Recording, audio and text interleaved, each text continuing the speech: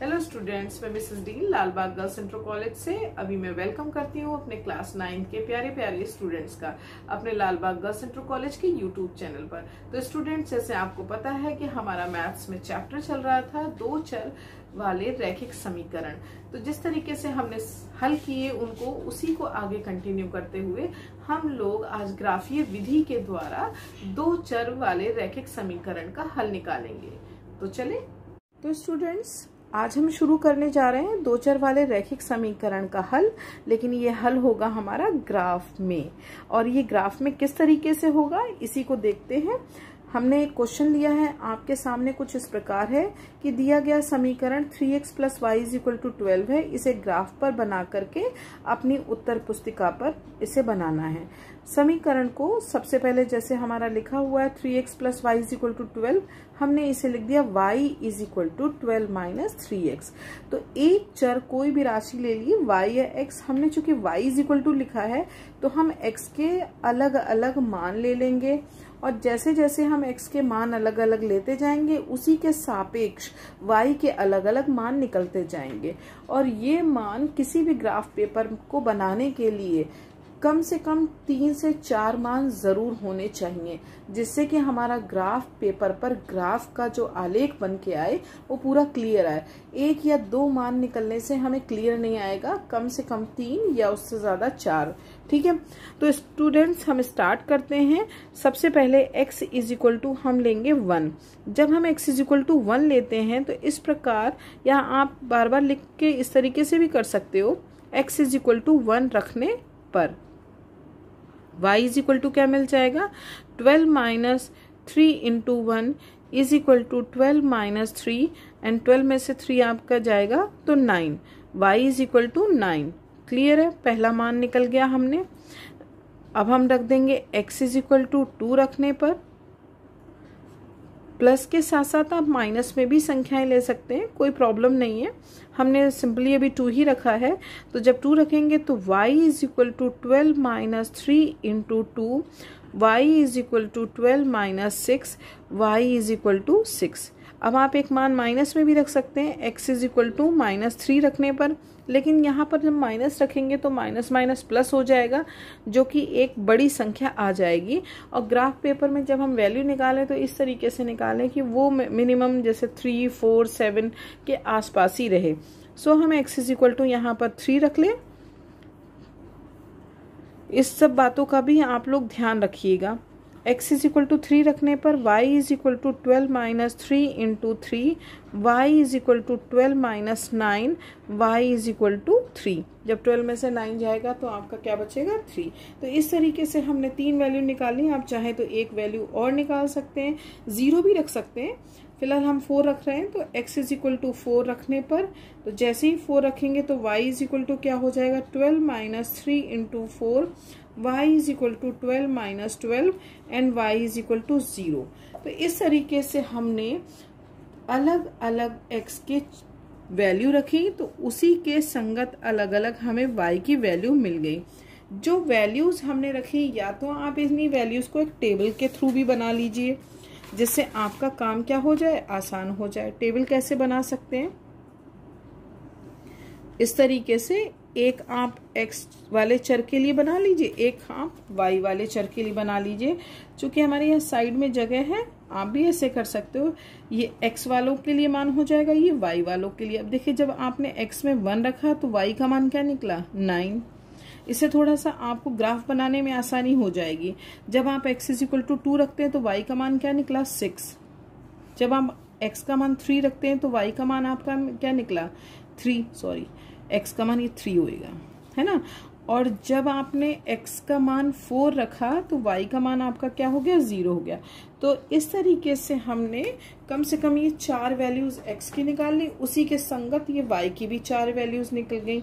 अब हम इसी जो मान निकाले हैं, अब इसको सबसे पहले निकाला मान, अब ये जो मान निकाले इसको हम ग्राफ पेपर में किस तरीके से प्रदर्शित करेंगे, ये अब हम देखते हैं।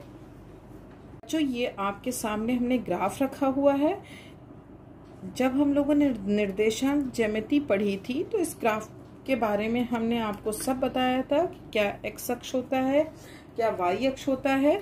तो इसी को, उन्हीं बातों को ध्यान में रखते हुए जो हमारी लेटी हुई लाइन होती है क्षैतिज रेखा, वो x अक्ष को प्रदर्शित करती है। और ये जो डार्क कलर की लाइंस होती हैं, इन्हीं पर हम लोग लाइन बनाएंगे, क्योंकि हमें पूरा दूसरी डार्क कलर की लाइन के बीच में पूरे 10 छोटे खाने मिल जाते हैं। तो आप एक पैमाना भी मान सकते हैं कि एक बड़ा खाना इज इक्वल टू 10 छोटे खाने।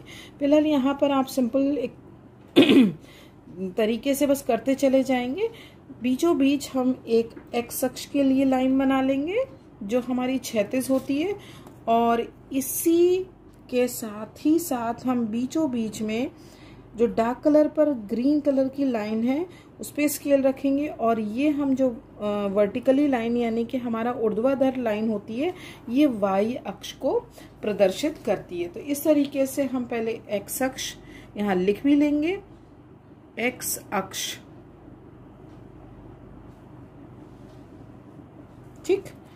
और ये ऊपर हमारा आ जाएगा y अक्ष। तो ऊपर वाला है ये y, तो नीचे हो जाएगा y डैश। ये x अक्ष है, तो इस तरफ आपका हो जाएगा x डैश। और आपको जैसे पता है कि जहाँ पर x अक्ष और y अक्ष एक दूसरे को काटते हैं वो कहलाता है मूल बिंदु, जिसे हम लोग 0 से प्रदर्शित करते हैं। अब देखिए ग्राफ जब हम देखेंगे बनाने से पहले, तो हमने यहाँ पर मान लिया x का मान जब 1 लिया तो 9 आया, 2 आया। तो देखिए सबसे छोटा 0 है, 1 है, और सबसे बड़ी यदि संख्या देखें तो 9 देखेंगे, वो भी y अक्ष पर। तो यानी हमें 9 तक तो ड्रॉ करनी है। पॉजिटिव ही सब संख्याएं हैं, तो यहाँ पर ये 1 हो जाएगा। अब देखिए एक बड़ा खाना बराबर 1 लिया इकाई, तो 2 इकाई हो जाएगा। 2 बड़े खाने बराबर 3 बड़े खाने बराबर 3 इकाई। इस तरीके से हम बना लेंगे 4, ये 5, ये 6, ये 7। ऐसे इधर माइनस वाले बना लेंगे, -1, -2। एक ग्राफ हम आपको पूरा बना के दिखा देते। 1 ये y अक्ष के लिए ऊपर जा रहा है, 1 2 3 पॉजिटिव में है ना, 5 6 7 8 9 10, ठीक है। और नीचे आएंगे तो ये -1 -2 -3, इस तरीके से चलते चले जाएंगे। अब हमें रिप्रेजेंट करना है, यानी कि इन निर्देशांकों को यहाँ पर निर्देशित करना है। तो किस तरीके से करेंगे, जब हमारा x 1 है तो y कितना है 9।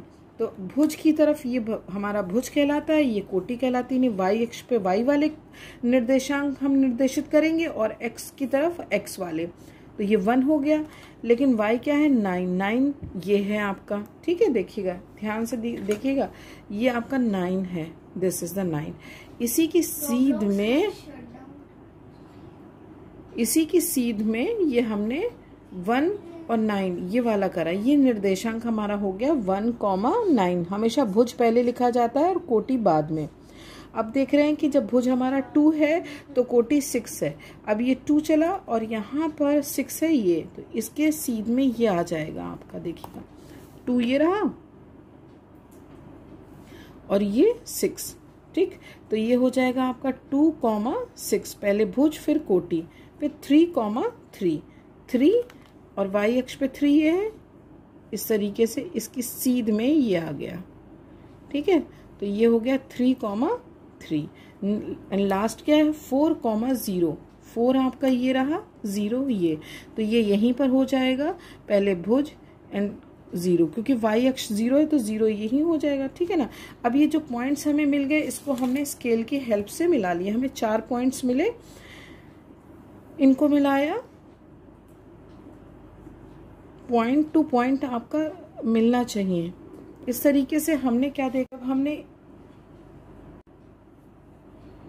जब हमने इनको पॉइंट्स को बेटा मिलाया तो हमें क्या मिला, एक सरल रेखा प्राप्त हुई।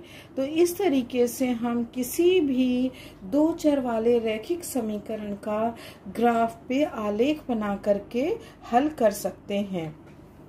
स्टूडेंट्स, मुझे जहाँ तक समझ लगता है कि आपको ये समझ आया होगा, तो इसी के साथ मैं ये टॉपिक यहीं पर एंड करती हूँ और हम जल्दी मिलते हैं अगले वीडियो में अगले टॉपिक के साथ। तो तब तक के लिए सभी बच्चों से उम्मीद करती हूँ कि ये पूरा एक्सरसाइज कर लेंगे और अपने घर में सेफ रहेंगे और अच्छे से पढ़ाई करेंगे। तो बच्चों, ओके, बाय, थैंक यू।